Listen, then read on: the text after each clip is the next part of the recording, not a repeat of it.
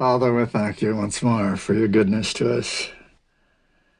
We pray that as we study today, as we learn the things you want us to know, that we'll move forward.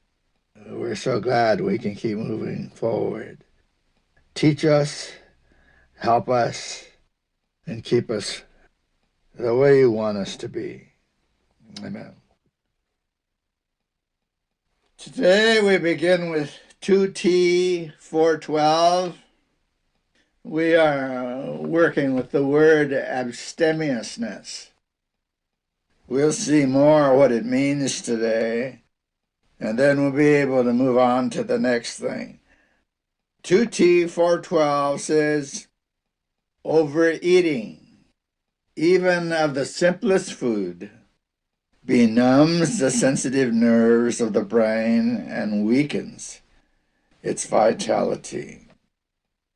So, overeating, it's a simple word, but people do it all the time. They eat more than they need. They just keep eating. It's a simple thing to overcome if you decide to overcome it.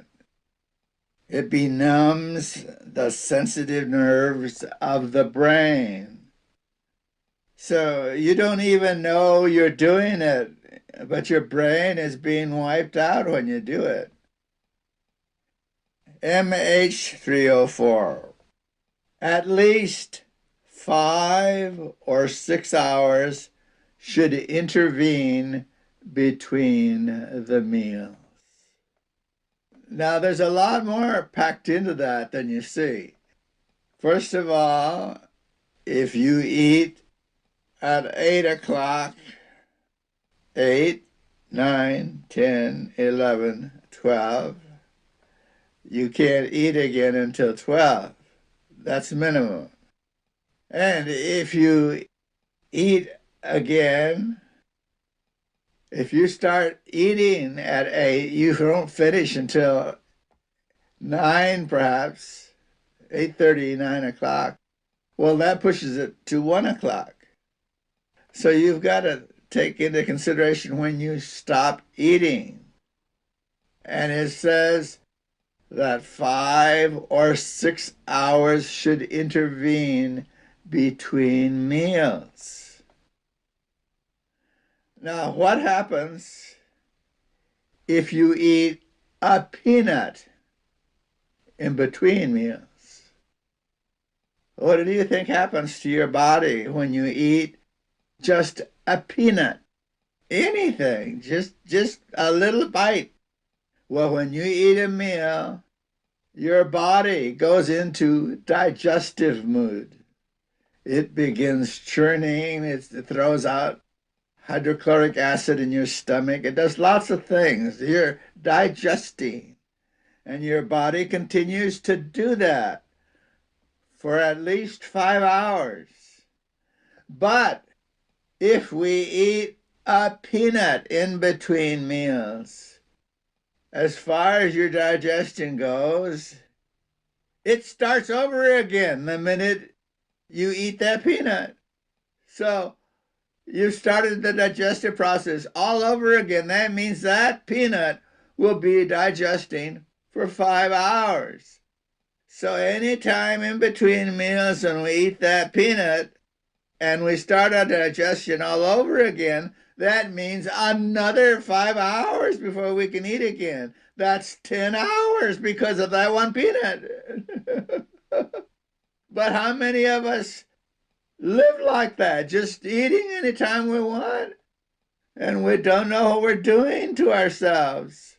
We're setting ourselves up for terrible diseases just with one little morsel. And it doesn't matter what it is. We'll continue that thought as we move along here. But this is probably a lot of bad news to people. You mean I can't eat anything between meals? Well, let's keep reading. MH306.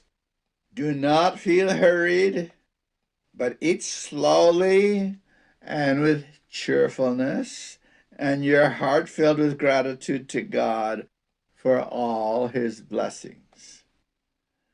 Again, most people don't think about that. They just eat, they stuff themselves.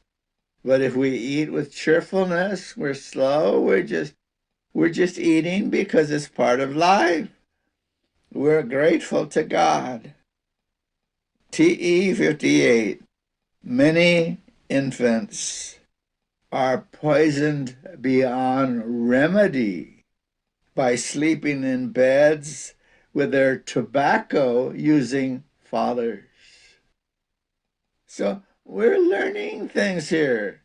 Now, when we think that she's talking about food, we notice here she brings tobacco into it. Abstemiousness, it means a lot more than just what we eat. So infants are poisoned beyond remedy. Patriarchs and Prophets 5:62. Now, the things that we're reading are things that Jesus told Ellen White to write. So they're true, and they will always be true. Patriarchs and Prophets 5:62.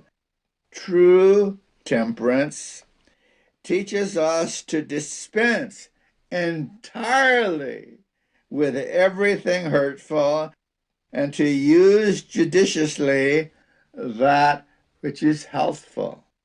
So once we learn something is harmful to us, we don't ever do it again. We just dispense with it.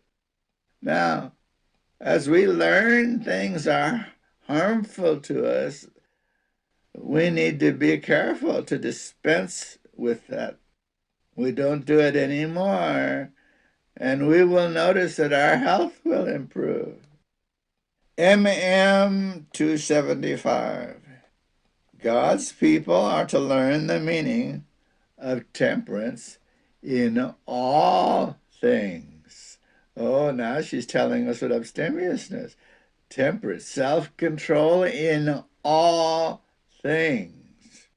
They are to practice temperance in eating, drinking, and dressing. Now she's brought dressing into it. 3T 491. Abstemiousness in diet and control of passions. Now she's brought passions into it.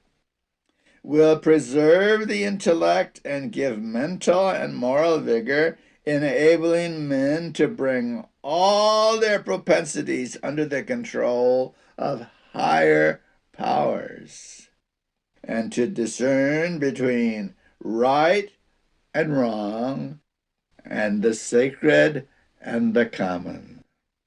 So abstemiousness allows us to understand the difference between our religion and living without religion.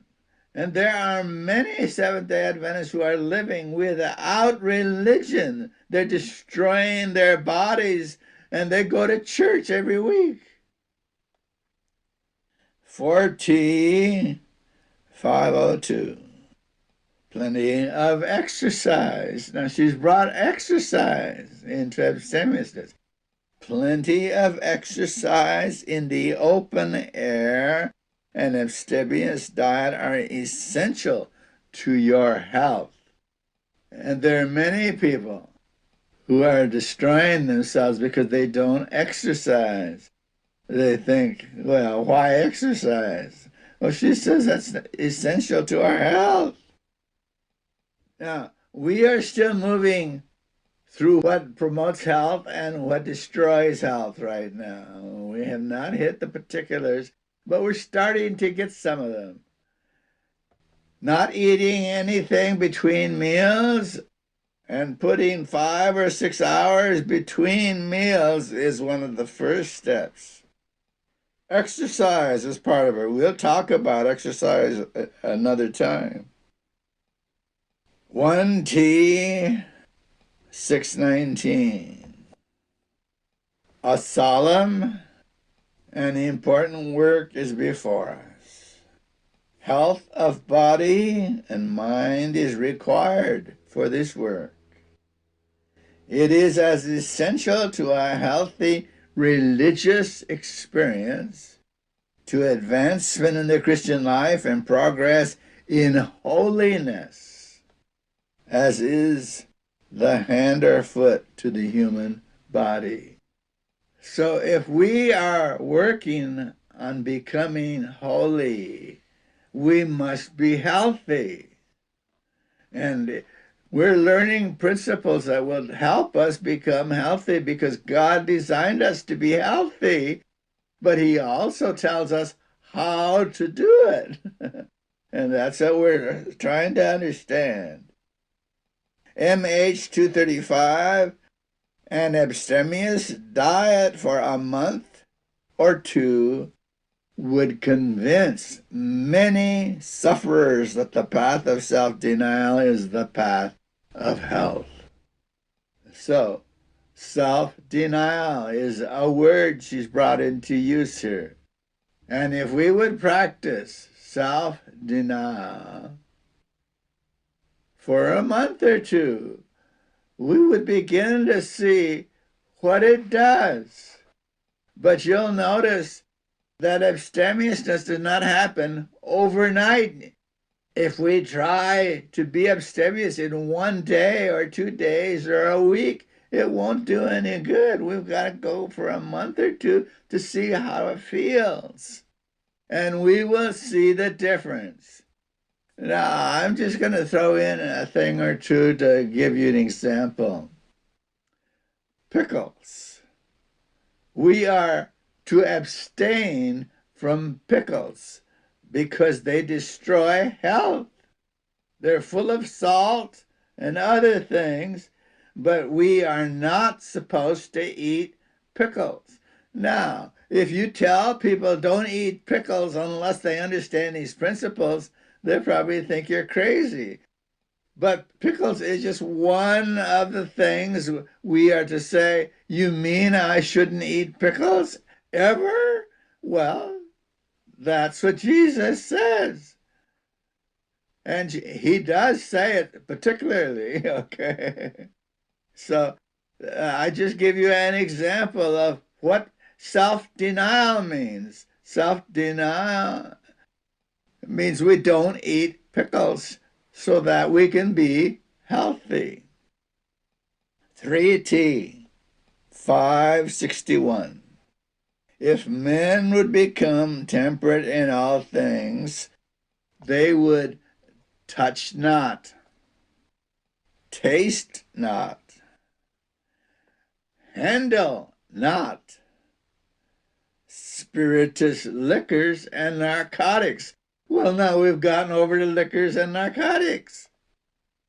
Reason would hold the reins of government in her hands and control the animal appetites and passions. So we are animals, but we must not live like animals. We are to control the appetites that we have as animals and the passions we have as animals and not entertain those at all. So how do we do that? We don't touch anything that's hurtful. We don't taste it. We don't handle it. We just leave it alone. Okay, we've brought in narcotics and alcohol, liquors. 6T 375.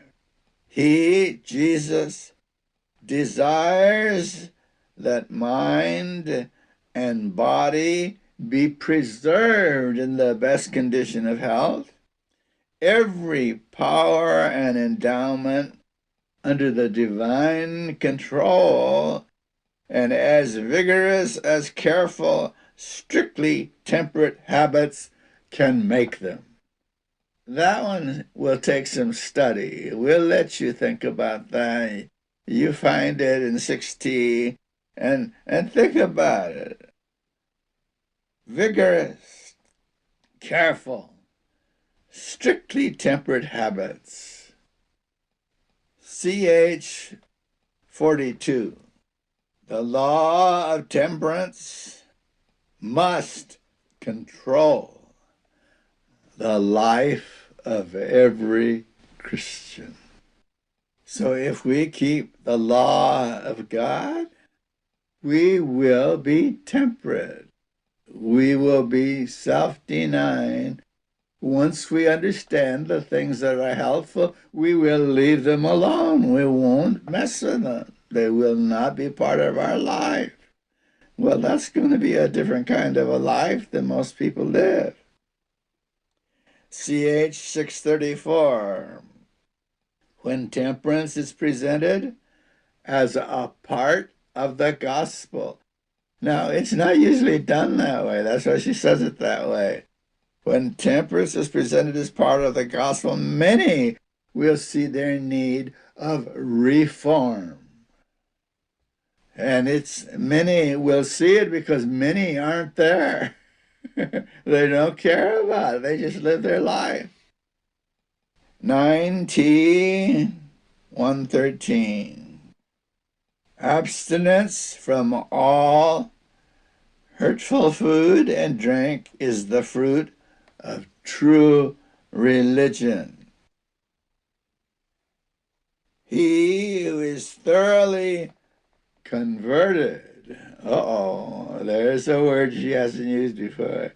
He who is thoroughly converted will abandon every injurious habit and appetite. So that means people who are converted to Christ thoroughly will not eat a meal less than 5 hours together. They will not eat in between meals. I have not read that, but we'll see. A thoroughly converted person moves into temperance. It will be part of their life. By total abstinence, he will overcome his desire for health-destroying indulgences. So he won't even want them anymore. CD 90. The true fasting, which should be recommended to all, is abstinence from every stimulating kind of food. Well, that one is a big subject. And the proper use of wholesome, simple food which God has provided in abundance. So there are foods that God has made for us to eat, and they are not stimulating kinds of food. Education, page 294. Tea and coffee, fine flour bread, pickles, coarse vegetables, candies, condiments, and pastries fail of supplying proper nutriment. Well, now she's given us a list of things here that are part of the regular diet of most people. HL 40. By indulging in a wrong course of action in eating and drinking, thousands upon thousands are ruining their health. And not only is their health ruined, but morals are corrupted because diseased blood flows through their veins. This is what people are doing to themselves when they don't live temperately, when they don't eat healthfully, when they're doing things that are destroying their bodies.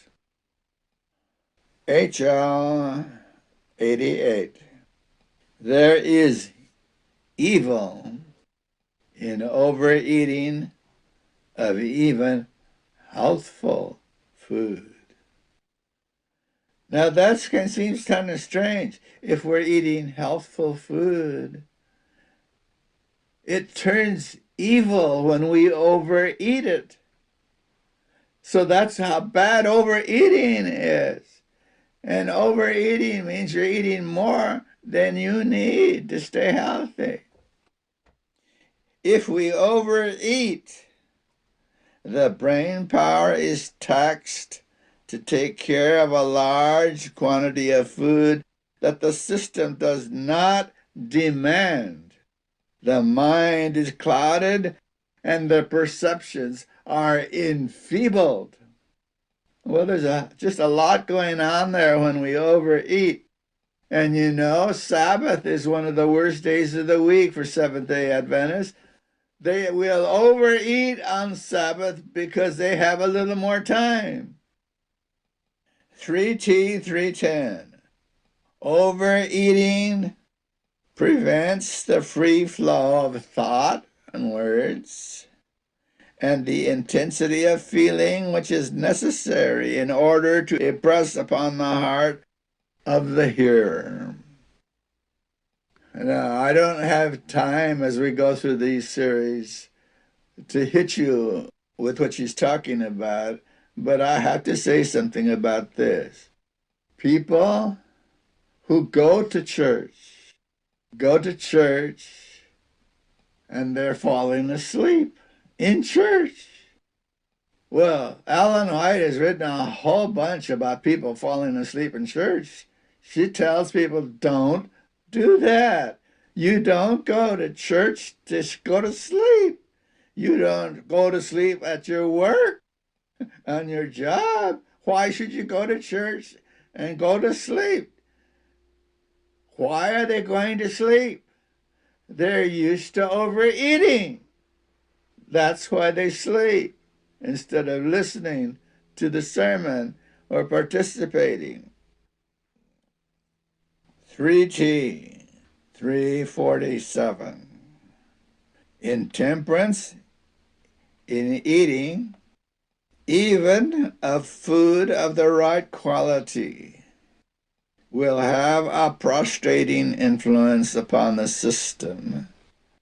Strict temperance in eating and drinking is essential for the healthy preservation and vigorous exercise of all the functions of the body. So the key there in this statement is all the functions of the body. HL 41. Wrong habits of eating and drinking lead to errors in thought and action. Indulgence of appetite strengthens the animal propensities, giving them the ascendancy over the mental and spiritual powers. Everything that conflicts with natural law creates a diseased condition of the soul. Now, I don't have time to dig deeply into these statements, but I want to remind you here of the first part. It says wrong habits of eating and drinking.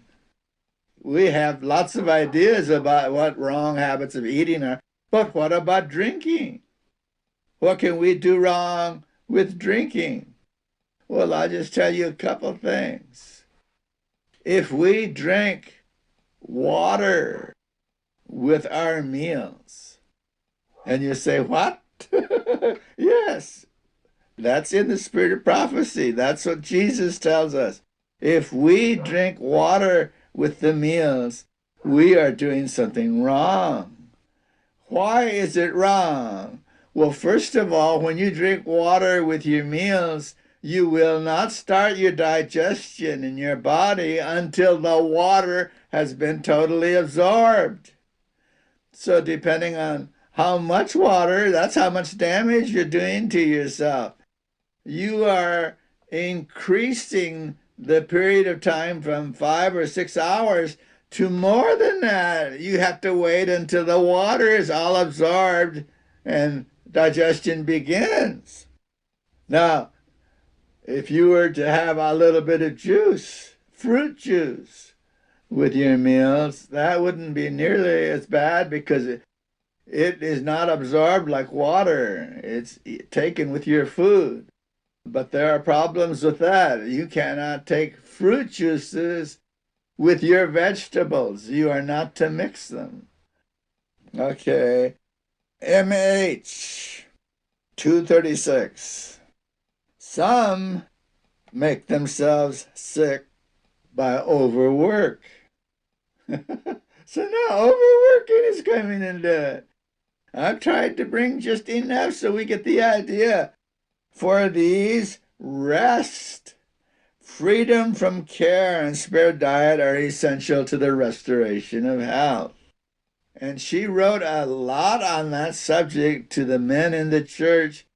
Ministers in particular would get involved in study and in getting ready for sermons and visiting people, doing all kinds of things and never resting. And her husband was one of the worst ones. He did the work of 3 men. But she says that if a person doesn't get rest, that destroys their health. GW 244. Let no one labor to the point of exhaustion, thereby disqualifying himself for future effort. And many of the ministers did that. Many of the people doing health temperance did that.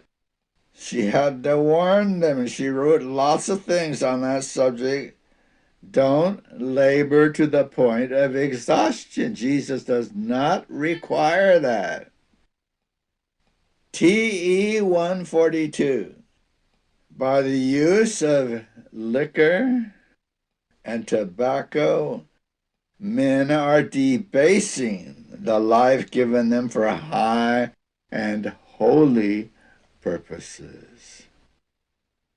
So the people that go to Sunday keeping churches that use liquor and tobacco are destroying themselves, and God can't use them. Now, you would think that no Seventh-day Adventists would drink liquor. But if you went into their homes and checked their refrigerator, you'd be surprised how many Adventists use wine. Yeah, that's liquor.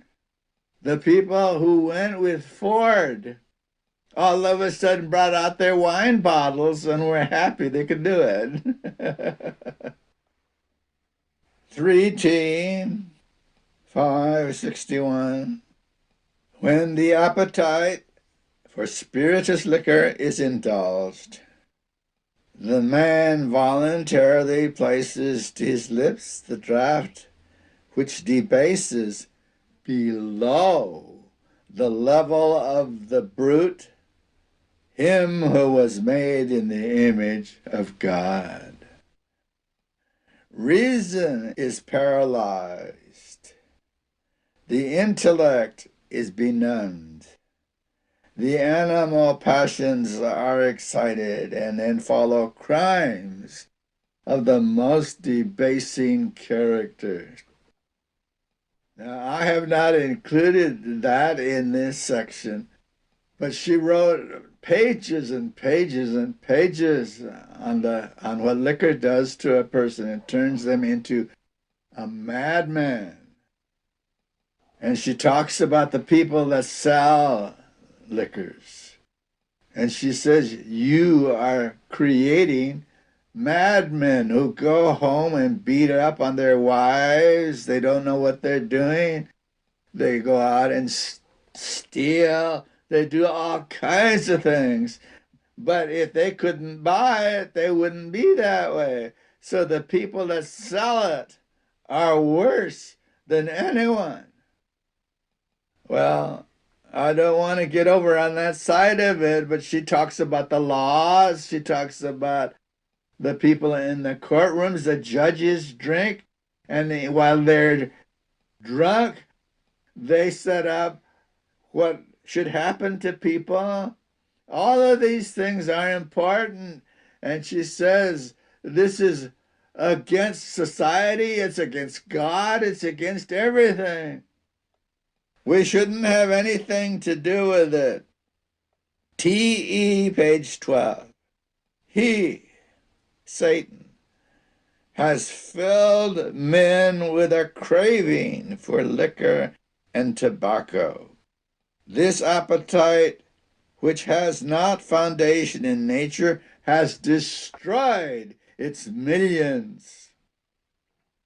Now, one little thing while we're moving through this craving for liquor and tobacco, where did that come from? Well, she traces it down. She tracks it down. She says people who overeat are creating the situation where they will crave alcohol and tobacco. CH 125. The only safe course is to touch not, taste not, handle not tea, coffee, wines, tobacco, opium, and alcoholic drinks. Evangelism 266. The indulgence of an unnatural appetite, whether for tea, coffee, tobacco, or liquors, is intemperance and is at war with the laws of life and health. So the people that do those things are at war with the laws of God. CH 84. Tobacco is a poison of the most deceitful and malignant kind, having an exciting, then a paralyzing influence upon the nerves of the body. It is all the more dangerous because its effects upon the system are so slow, and it is at first scarcely perceivable. Multitudes have fallen victim to its poisonous influence. Now, did you notice one word she used here? Malignant kind. Tobacco is a malignant poison. That means it creates cancer. She didn't use a lot of words here, but they're in there. It creates cancer. And she says it's a most deceitful thing because it does it slowly. You can be smoking for years and don't notice. It's poisoning you. It's destroying your body. TE 62. The use of tobacco is an inconvenient, expensive, uncleanly habit. So there is no excuse for a Christian to ever touch tobacco. The Sunday keeping churches don't teach that. They don't get involved with it. A lot of their people smoke, they drink liquor, they do all the things that are destroying themselves. 3T 562. Tobacco using is a habit which frequently affects the nervous system in a more powerful manner than does the use of alcohol.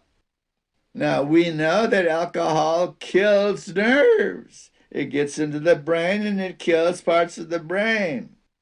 But she says tobacco is worse. The habit is a more subtle poison. So when we see people puffing on cigarettes, they're just poisoning their body. And if you are around tobacco while it's being smoked, you're getting it in your own body. Even if you don't smoke, you're getting the smoke in your bodies. CH 441. Coffee is a hurtful indulgence. It temporarily excites the mind to unwanted action. but the after effect is sad. Prostration and exhaustion of the physical, mental, and moral forces. CH 120. Never take tea, coffee, beer, wine, or any spirituous liquor. Now, when Jesus says never, he means never in your life. Now, there could be a time when people need to be lifted up and they use that stuff to do the lifting. Well, that's a case where something has to happen. But this word never means we should not take it, even in those times. 3T 487. Tea, coffee, and flesh meats produce an immediate effect. Well, now she's brought in flesh meats. We used that for the first time here. Under the influence of these poisons, the nervous system is excited. 3T 488. The use of tobacco encourages the appetite for liquor, and the use of tobacco and liquor invariably lessens nerve power. MH 326. Tea acts as a stimulant and to a certain extent produces intoxication. The action of coffee and many other popular drinks is similar. The first effect is exhilarating. The nerves of the stomach are excited. These convey irritation to the brain, and this in turn is aroused to impart increased action into the heart and short-lived energy to the entire system. So she's describing what it does. It gives you energy. Fatigue is forgotten. Strength seems to be increased. The intellect is aroused. The imagination becomes more vivid. Because of these results, many suppose that their tea or coffee is doing them great good, but this is a mistake. Tea and coffee do not nourish the system. Their effect is produced before there has been time for digestion and assimilation, and what seems to be strength is only nervous excitement. When the influence of the stimulant is gone, the unnatural force abates, and the result is a corresponding degree of languor and debility. Now, these words come directly from Jesus to Ellen White to us. No one can change these words. They are the truth. They're what happened in the body. And if we pay attention to what happens in our body, we know. Well, we get lifted. Well, yeah, that's what it does.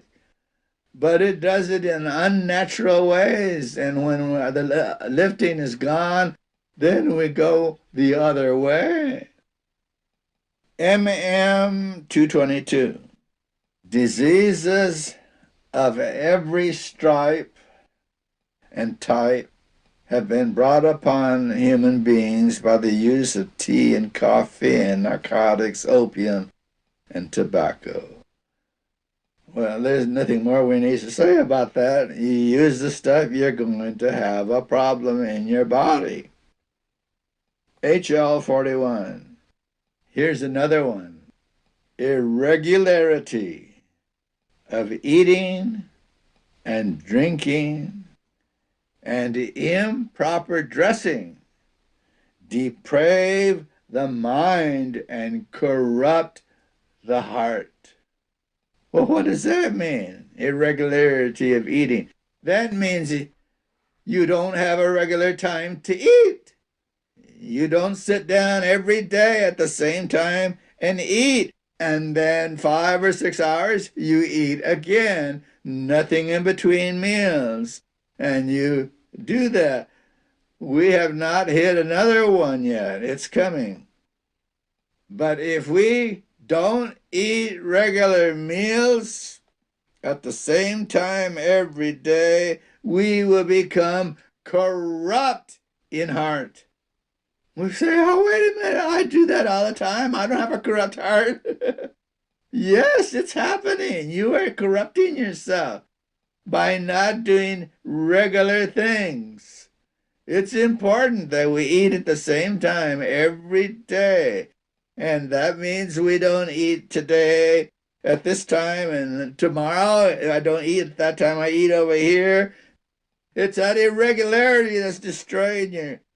It just brings the normal attributes of the soul in slavery to animal passions. Animal passions. We are creating animal propensities in ourselves. CD 425. I didn't put a law with this. These beverages have no nourishment whatever in themselves. Well, that's a mystery, I suppose. But maybe we could put soda pop there. And it doesn't matter whether it's sugar or not sugar. They do not give us nourishment. It's not water. So there's no reason to drink the stuff. 7T 134. There are some who could be benefited more by abstinence from food for a day or two every week than by any amount of treatment or medical advice. To fast one day a week would be of incalculable benefit to them. Now, this is for people who have destroyed their bodies, doing all these different things. And she talks about fasting is helping them more than what the doctors can do for them. We won't get into that. That's a big subject. HL 89. Overeating is intemperance just as surely as is liquor drinking. So Adventists who don't use alcohol, they're doing the same thing by overeating. HL 226. Fast for 1 or 2 meals and drink only pure soft water. Now that doesn't mean at your meals. An hour before or an hour after a meal, you can drink water, but not at your meals. People make a big mistake taking water with their meals.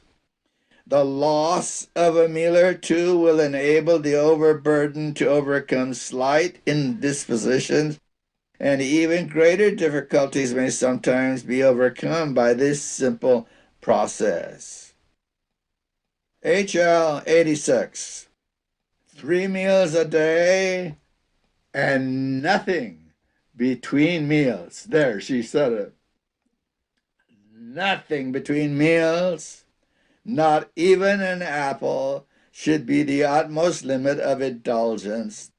Those who go further violate nature's laws and will suffer the penalty. So if you eat 3 meals a day or more, you're going to suffer a penalty. And the same thing happens if you eat something in between meals. You're going to suffer the penalty. And people do that all the time and don't know what they're doing to themselves. CD 141. Some eat 3 meals a day, when 2 would be more conducive to physical and spiritual health. Now she has said it. We have been designed to eat 2 meals a day.